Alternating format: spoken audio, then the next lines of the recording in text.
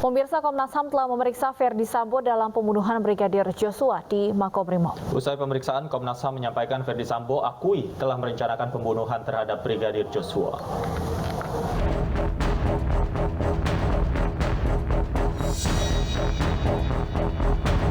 Komisi Nasional Hak Asasi Manusia, Komnas HAM memeriksa tersangka pembunuhan Brigadir Joshua, Irjen Ferdi Sambo di Makobrimob Kelapa II Depok. Dari hasil pemeriksaan itu, tersangka Sambo mengakui menjadi aktor utama pembunuhan hingga merekayasa skenario tembak-menembak dan perusakan TKP. Ceritanya tidak betul, gitu ya. Yang berikutnya adalah soal kesaksian dan sebagainya.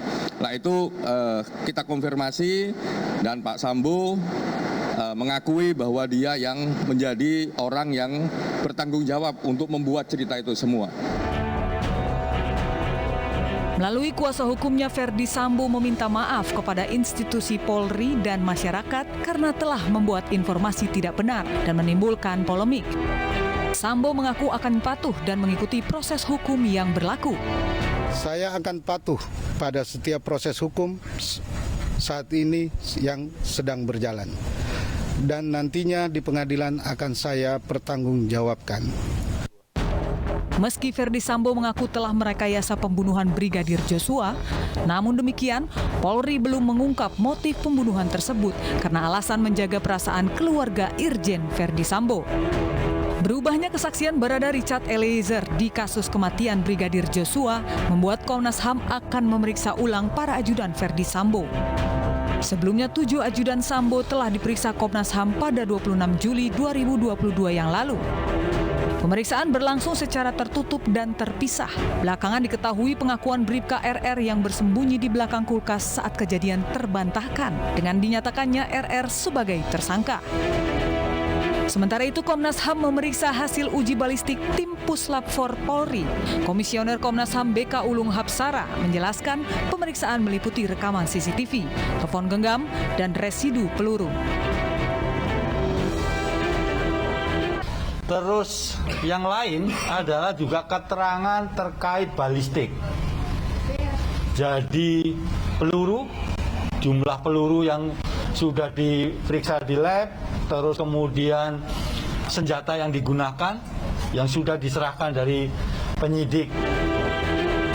Laporan hasil uji balistik ini nantinya akan digunakan untuk mencocokkan dengan luka yang ada di tubuh Brigadir J.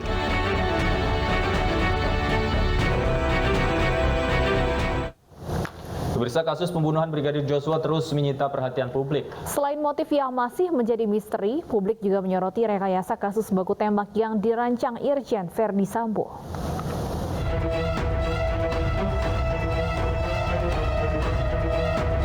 Kapolri Jenderal Listio Sigit telah mengumumkan 4 orang tersangka kasus pembunuhan Brigadir Joshua Huta Barat. Meski begitu, publik bertanya-tanya soal motif pembunuhan Brigadir Joshua yang belum juga diungkapkan polisi. Tak hanya soal motif, sejak awal publik juga menyoroti kasus ini karena banyaknya kejanggalan. Mulai dari luka yang ada di tubuh Brigadir Joshua hingga laporan palsu pelecehan seksual yang ternyata tidak terbukti. Belakangan terungkap bahwa mantan Kadipropam Irjen Pol Ferdi Sambo merekayasa alur kasus dari pembunuhan menjadi drama baku tembak. Butuh waktu 1 bulan bagi tim sus bentukan Kapolri untuk bekerja sebelum akhirnya menetapkan Irjen Pol Ferdi Sambo sebagai tersangka sekaligus dalang pembunuhan Brigadir Joshua. Tak bisa berkelit, Irjen Pol Ferdi Sambo akhirnya mengakui perbuatannya dan meminta maaf melalui kuasa hukumnya.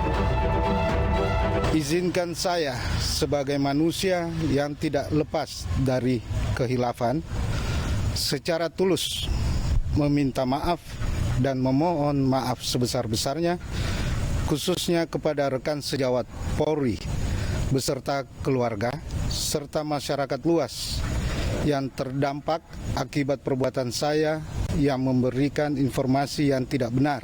Saya akan patuh pada setiap proses hukum saat ini yang sedang berjalan. Rekayasa palsu kasus ini berujung pada pemeriksaan dan mutasi terhadap puluhan anggota Polri yang terlibat.